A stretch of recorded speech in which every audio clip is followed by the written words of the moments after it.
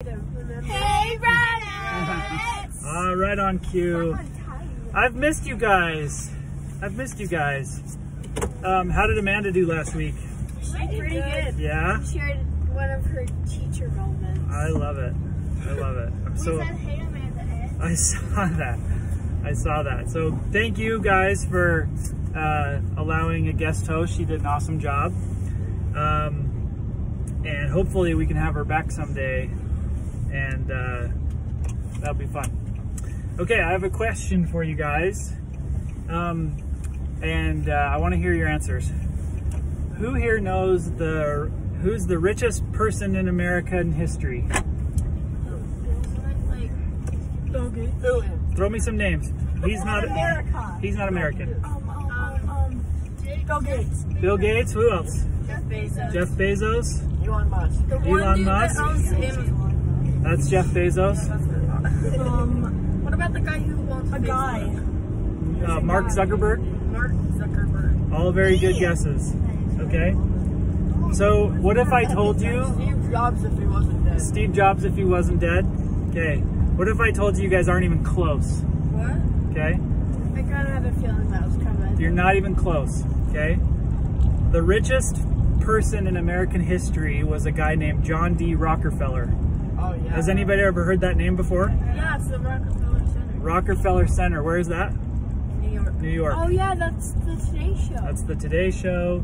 Okay. The tree. Yes, exactly. Okay. So who was John D Rockefeller? Do you guys know who he was? Owner of that. A guy. He was a guy. He owned that place. Okay. So let me tell you his story really quick, and then I have kind of some thoughts about that. So John D Rockefeller was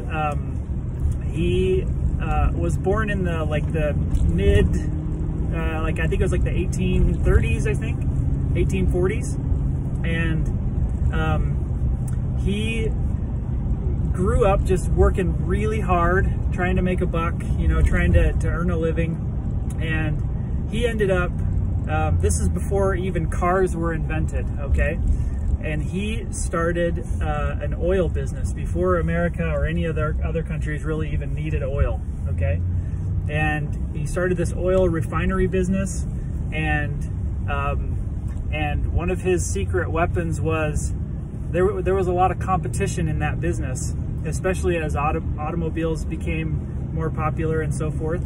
But he just bought out all his competitors one at a time, to where by the early 1900s, his company was so big that the government said, we've got to break you apart because you have what's called a monopoly. Has anybody heard that before? Yeah. Heard of the game? The board game?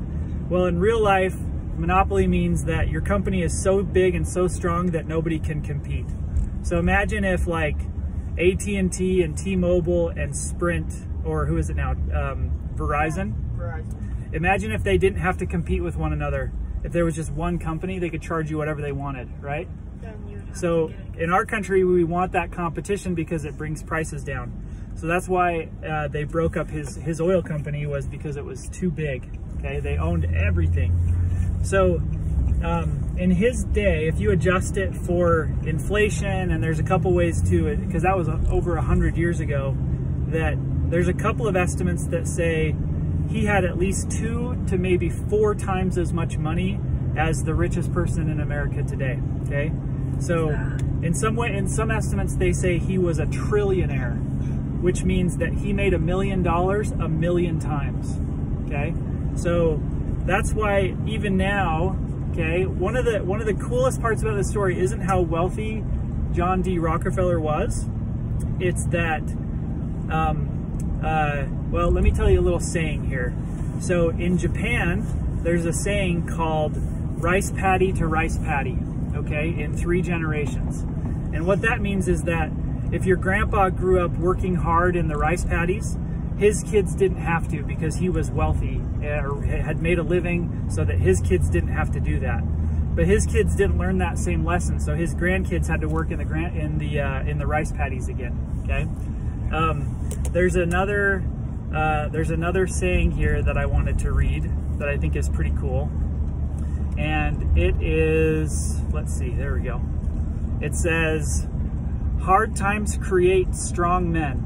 Strong men create good times.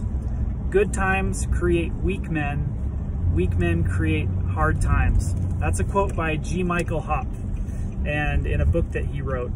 So I guess my point today in our Thursday thoughts is that one of the things that's really cool about the Rockefeller family is that we are now 7 generations since John D. Rockefeller, and his family are still multi-billionaires, okay?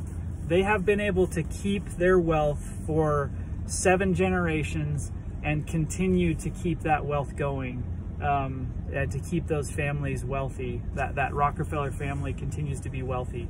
I think they have a couple of secrets, okay? One, they're very philanthropic, okay, which means that they give a lot of their money away to charities and good causes. The other is that at least twice a year, their family has a family meeting, okay, where everybody over 21 years old is invited to attend, and they kind of discuss the family wealth, right? They talk about what they're going to do, and they're very open about their communication with one another. There's some really cool things if you read about the Rockefeller family. But he was a pretty shrewd businessman too. It's not all roses, but I just think it's a cool story. I think it's amazing that they've been able to keep their wealth in their family for so long. And I think one of the other secrets is that the key to staying rich is to not spend all your money, okay? So one of the things that I think it's John D. Rockefeller's grandson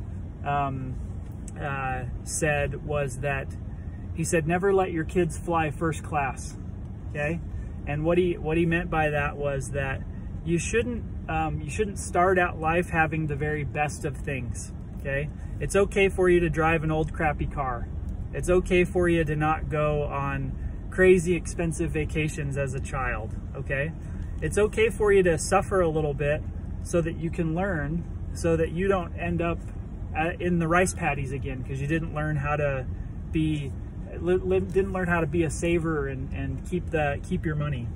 So that's kind of my thoughts with the Rockefeller family, and I hope you guys don't end up working in the rice paddies again. Okay, so there's your Thursday thoughts with Brad. Bye.